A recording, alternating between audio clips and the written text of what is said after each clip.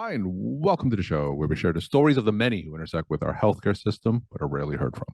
My name is Kevin Poe, founder and editor of Kevin MD. Rate and review the show at kevinmd.com/rate.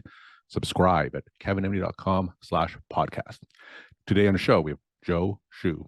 They are an assistant professor of rhetoric and writing at the University of Texas at Austin, and they wrote the Kevin MD article, Why Psychological Explanations for Long COVID Are Dangerous. Joe, welcome to the show. Thank you for having me. So we'll get into your article in a little bit. First off, briefly share your story and journey to where you are today. Sure. So as you mentioned, I'm an assistant professor of rhetoric at the University of Texas at Austin. I'm also appointed in Asian American studies, LGBTQ studies. I also do disability studies. I've been chronically ill for most of my adult life, and my research looks at how language and communication affect race, gender, health, disability, how those things come together to shape people's life chances and opportunities. So you mentioned that you have had a chronic illness for a lot of your life. Tell us about some of the interactions that you've had with the healthcare system. Sure. So I have ME, myalgic encephalomyelitis, also known as ME/CFS, now being spoken about more in the context of long COVID because it has been poorly researched and poorly understood for so long, and because a lot of physicians don't have training in it. A lot of my interactions with the healthcare system were frustrating. I'm sure for my clinicians as well, nobody knew what was happening. I kept getting passed on to the next specialist. My labs would come back abnormal, but not in a way that was expected or made sense for anybody. And it just felt like I was shuffling through in a system where none of my experiences were legible, so that I just kept being passed around. In terms of being passed around, take us into one of those conversations. What were some of the things that healthcare clinicians would say to you in the past? Sure. On the maybe the worst end of things, it was simply if my results did not come up reading like anything legible as a recognizable disease to this particular physician, it would just be, I don't have anything. Mm. I should calm down and go away. I had one clinician asking me if I knew what a peer-reviewed study was, and I had to inform them that I, in fact, write those for a living. And on the other end, the better exchanges I had before I found an ME expert who could diagnose me and actually address what I was feeling, the better interactions I had were physicians who just tried to troubleshoot with me. I'm not sure what's going on, but what is it that you're feeling? What is it that concerns you? What can we do about these things with what we know? So in terms of those more positive interactions, when they say that clinician would troubleshoot with you, what kind of questions would that clinician typically ask you? Yeah, so I remember one question that really stuck with me where he asked, what is it that you're most worried about? Because especially with multi-system conditions, it feels like everything's going wrong with your body at once. I'm overwhelmed by it. I don't know what to do first. And as an academic, I'm most worried about my cognition. I was most terrified that I wouldn't be able to think. And so that helped me name that was the thing at the top of my mind, and also gave me something to keep track of, right? If that's the thing Mhm. I'm most concerned about, I can trace how my cognition is working from day to day, what I did before and after in order to affect it in what way. But it gave me a focal point when I was otherwise feeling I was spinning around in space. So, for those who aren't familiar with ME/CFS, is myalgic encephalomyelitis slash chronic fatigue syndrome. You did mention that you did see an ME specialist eventually. How many clinicians did it take you before you found this one person? Oh, too many. I'm pretty sure. So at least three PCPs, four GI specialists, three endocrinologists, two neurologists, one cardiologist, and eventually I had to travel out actually to Florida to the Institute for Neuro-Immune Medicine because there are just a few centers around the country that specialize in it. All right. And you're going to tell us more about your story in your Kevin MD article that you wrote, Why Psychological Explanations for Long COVID Are Dangerous. Now, for those who didn't get a chance to read your article, just walk my audience through it and share the story of why you decided to write it. Sure. So for a lot of the history of ME/CFS, it became narrativized as a psychosomatic condition, and with a real emphasis on the psycho, right? That this is being caused by quote unquote illness beliefs. And the solution to that, if that's our assumption, is that you should learn to stop thinking the illness beliefs, right? So that you can think your way out of illness. And it's true that lots of physical symptoms can create psychological symptoms. It's true that your mind has a truly noticeable effect on your body. But for people who have ME, we're viscerally aware that it is not a thing that is being triggered by our thoughts, that it is our body creating a sensation that we are experiencing. And for that to be dismissed by clinicians over and over again is very frustrating and discouraging. And So just that, paint us a oh, picture. Let's say a typical day. Paint us a picture of a typical day and some of the things that you would feel, just so we can get an idea of what we're talking about. oh yeah, absolutely. So when everything started getting worse for me, I would wake up every day feeling like vertigo, but without the room spinning, but it would feel like my head was floaty, and it would feel like my thoughts would stutter. As an academic, it was really noticeable when I sat down to work. I would just blank, or I would lose track of where my sentences were or what words were coming out of my mouth. And it was really noticeable that after any exertion, I used to be an athlete. I used to compete in weightlifting and jujitsu. And if I got my heart rate up at all, I just wouldn't be able to move for hours afterwards. And I would be very ill the next day. And that was the first symptom that I really traced a pattern in and tried to describe to my physicians, and all of them said that wasn't a thing, right? Mm. And now we're calling it post-exertional malaise. It's being talked about, but for a long time I kept describing it, and they were telling me, no, that doesn't happen. You should just keep exercising. Some people are talking about a connection between ME/CFS and potential long COVID. So tell us more about that intersection. Yeah, so studies are finding a good deal of overlap. Not that everyone with long COVID has ME/CFS, but I think one of the estimations was about 43%. And it makes sense given that a lot of cases of ME/CFS are found after a viral infection, and they're still looking into the many possible causes of that. But it's really concerning in that the numbers of long COVID are on a scale that's unprecedented. And ME is known for keeping up to 75% of patients out of work, leaving 25% housebound. And that's devastating both on an individual level, but also on a social level in terms of our workforce, our families, et cetera. What would be most helpful is for folks working on long COVID to start with the information that they have from ME/CFS, right? Like we've noticed post-exertional malaise in particular as a defining trait of ME. So using that to track cases of long COVID would help identify how many of these cases match what we know of ME/CFS, particularly in ME patient communities.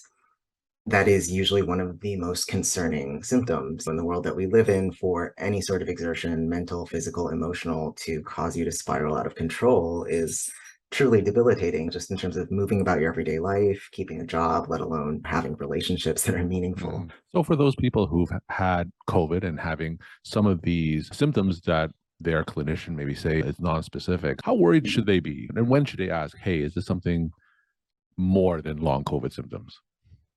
Yeah, I want to walk people back from the extreme worry because I spent many years sitting in that. And I think there's a decent amount of hope right now in that we're talking more about this, that there are studies that are getting off the ground.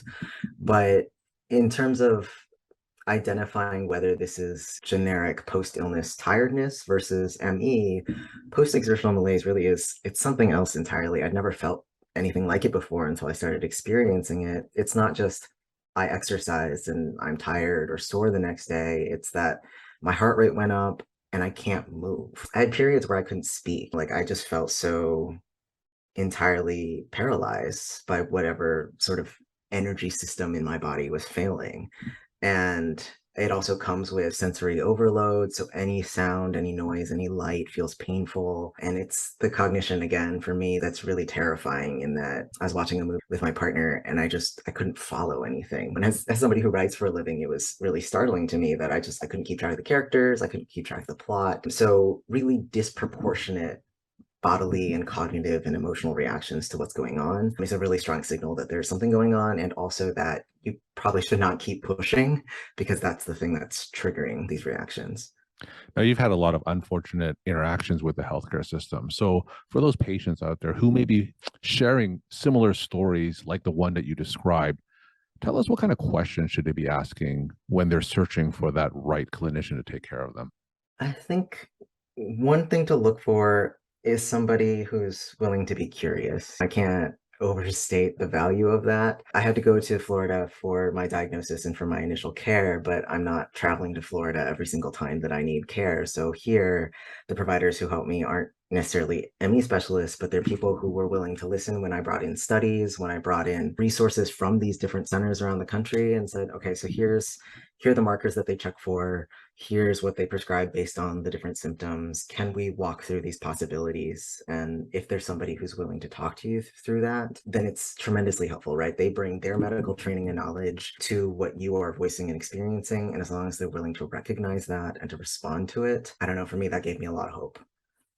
So when you go to Florida to these ME specialists, tell us about some of the treatment options that you go through. One thing really notable was that they knew what to look for in my labs.